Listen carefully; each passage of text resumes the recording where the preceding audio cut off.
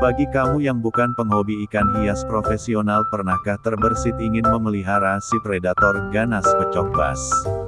Tapi masih berpikir ribuan kali karena banyak resiko yang akan terjadi seperti ikan sakit bahkan mati.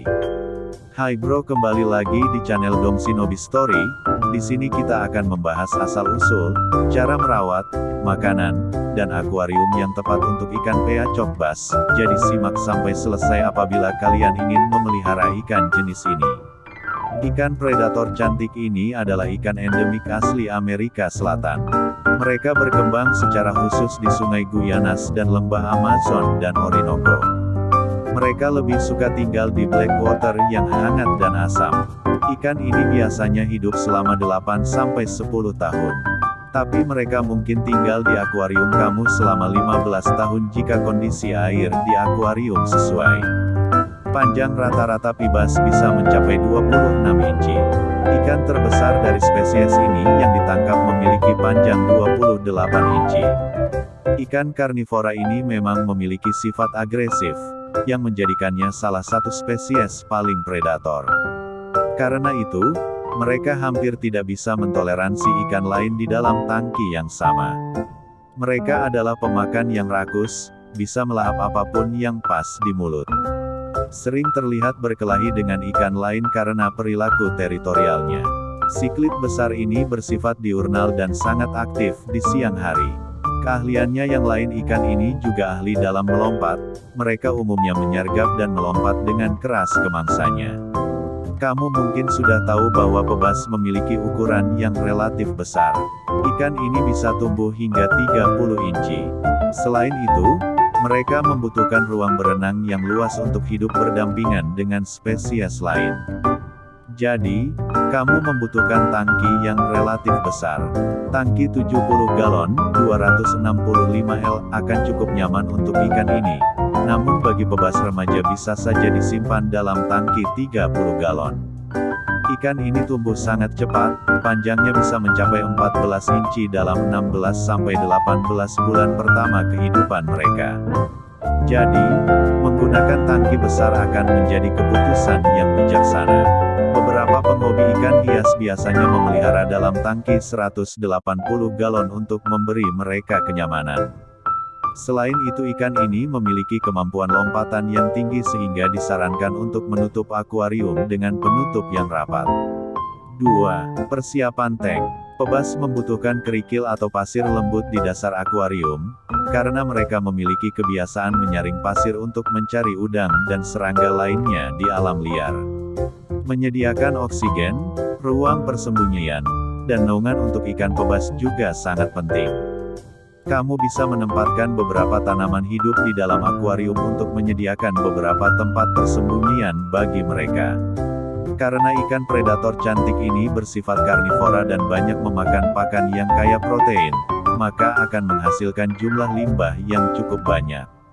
Oleh sebab itu kamu harus memiliki sistem filtrasi yang cukup baik. Menggunakan heater untuk menjaga air tetap hangat akan memberi kenyamanan ekstra bagi pebas ini. 3. Tangmet. Telah dikemukakan sebelumnya bahwa pebas adalah spesies predator dengan sifat agresif. Jika kamu memasukkan ikan yang lebih kecil, mewah, dan menarik bersamanya, mereka bisa melahap ikan kecil tersebut. Ikan ini bisa saja melahap apapun yang mereka temukan. Hindari menempatkan pebas di tank yang sama dengan ikan mewah dan lebih kecil lainnya, Ryukin, Blackmore, cupang.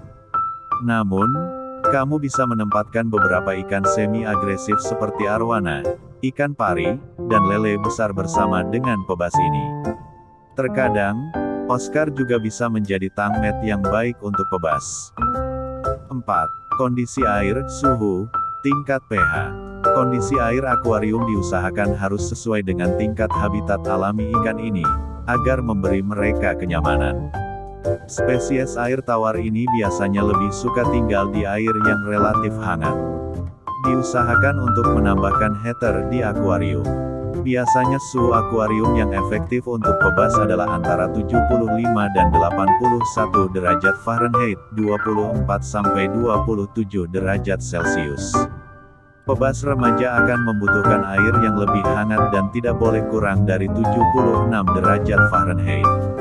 Karena tujuan utama kamu adalah memberi pebas kenyamanan sesuai dengan habitat alami mereka, kamu juga harus mengawasi tingkat pH air akuarium.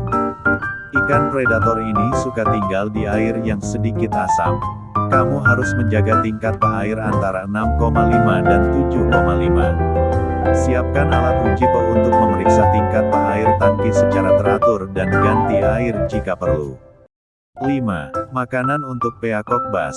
Pebas adalah spesies predator dan biasanya berburu kemudian menyergap mangsanya.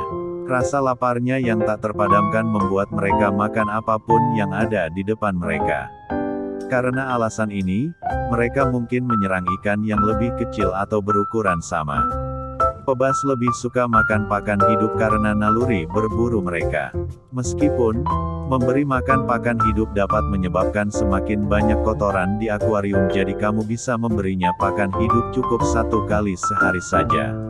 Sisanya kamu bisa menggunakan pelet yang cocok untuk pebas. Mungkin pada awalnya penghobi pemula pasti merasakan kesulitan, tapi lama-kelamaan akan menjadi biasa dan tidak sulit lagi. Untuk pakan hidup, kamu bisa memberikan cacing darah beku, serangga, udang maupun ikan kecil untuk pebas. Ikan bass kecil dapat diberi makan beberapa kali sehari dengan jumlah makanan yang terbatas.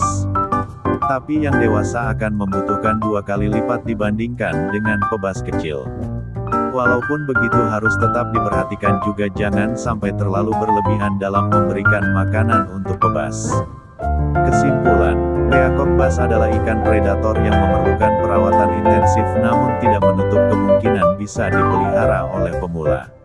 Asalkan kamu paham tips dan cara merawatnya, maka pebas aman di dalam akuariummu. Tunggu apa lagi? Jangan buang waktumu. Pelihara predator cantik satu ini sekarang juga. Semoga berhasil. Salam elemen air, terima kasih.